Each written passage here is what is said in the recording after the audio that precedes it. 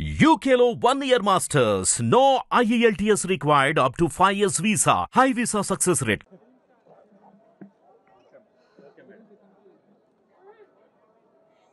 ఈరోజు ఆంధ్రప్రదేశ్లో ఆడపిల్లలకి రక్షణ గురించి ఆలోచిస్తే చాలా బాధాకరంగా ఉంది. ఎందుకంటే ఎక్కడ చూసినా రేపులు, మర్డర్లు అండ్ ఆడపిల్లల కాలేజీ బాత్రూమ్స్లో హిడెన్ కెమెరాలు పెట్టి ఏ విధంగా పైశాచిక ఆనందం పొందుతున్నారో మనం చూస్తున్నాం. ఈరోజు నేరస్తులకి ఇంత ధైర్యం వచ్చింది అంటే దానికి ఈ ప్రభుత్వం సిగ్గుపడాలి. ఎందుకంటే గతంలో జగన్మోహన్ రెడ్డి గారి ప్రభుత్వంలో ఒక తప్పు జరగాలి అంటే ఎంత భయం ఉండేదో మీకు అందరికీ తెలుసు.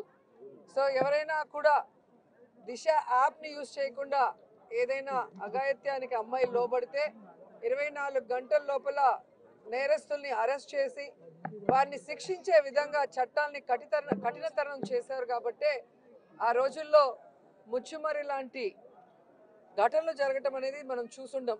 నిజంగా చాలా బాధాకరం. ఒక 9 ఏళ్ల అమ్మాయిని రేప్ చేసి చంపేసి ముక్కలు ముక్కలు చేసేశారు. 60 రోజులు అవుతున్న అమ్మాయి శవాన్ని కూడా ఇంతవరకు తీసుకురాలేకపోయారు.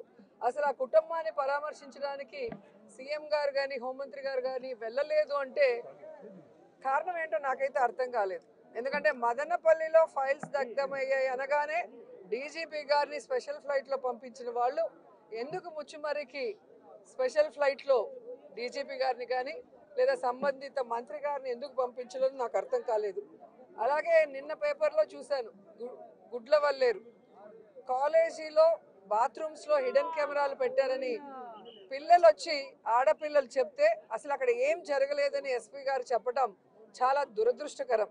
ఈరోజు 300 మంది పిల్లలు ఈరోజు న్యాయం కావాలంటూ ధర్నా చేస్తుంటే ఇప్పుడు విచారణ చేస్తామని దిగిరావటం అనేది మేమంతా కూడా గమనించాల్సిన విషయం. అలాగే ఈ ప్రభుత్వం వచ్చిన తర్వాత మీరు చూస్తే ర్యాగింగ్ భూతం ఎలా ఎక్కువైందో మనం కళ్ళారా చూస్తున్నాం.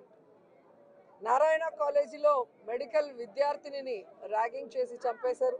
అలాగే కలికిరిలో జేఎన్టీయూలో విద్యార్థి ర్యాగింగ్ చేయడం వల్ల ఎలా ఆత్మహత్య చేసుకుందో గమనించాం.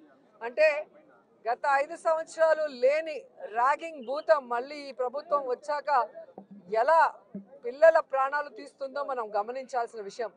నేను ఈ ప్రభుత్వానికి ఒకటే చెప్పగలను, రెడ్ బుక్ రాజ్యాంగం మీద పెట్టిన దృష్టి ఇంట్రెస్ట్ పక్కన పెట్టి ఆడపిల్లకి రక్షణ కల్పించడంలో గౌరవాన్ని కల్పించడంలో మీరు ముందుండాలని కూడా వాళ్ళని కోరుకుంటున్నాను. మాట్లాడిన తర్వాత అలా అంటే ఎట్లాగా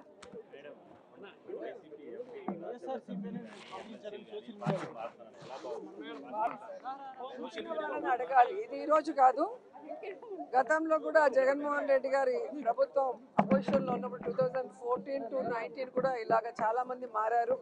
మారిన వాళ్ళు ఏమయ్యారో కూడా మనం కళ్ళారా చూసాం. సో ప్రజల చేత ఒక పార్టీ సిద్ధాంతాలు నచ్చి ఎన్నుకోబడిన పార్టీ సిద్ధాంతాలు నచ్చి ఎన్నుకోబడిన వాళ్ళు, పార్టీ నియమించిన వాళ్ళు ఈరోజు వెళ్ళిపోతుంటే వాళ్ళు ఆలోచించుకోవాలి వాళ్ళు చేస్తుంది కరెక్టా తప్ప అనేది. సో దీనివల్ల జగనన్నకో వైఎస్ఆర్సీపీ పార్టీకో ఎటువంటి నష్టం ఉండదు. ఎందుకంటే ఎప్పుడూ కూడా పార్టీకి ద్రోహం చేసి వెళ్ళిన వాళ్ళని ఎవరూ కూడా గౌరవించరు, క్షమించరు.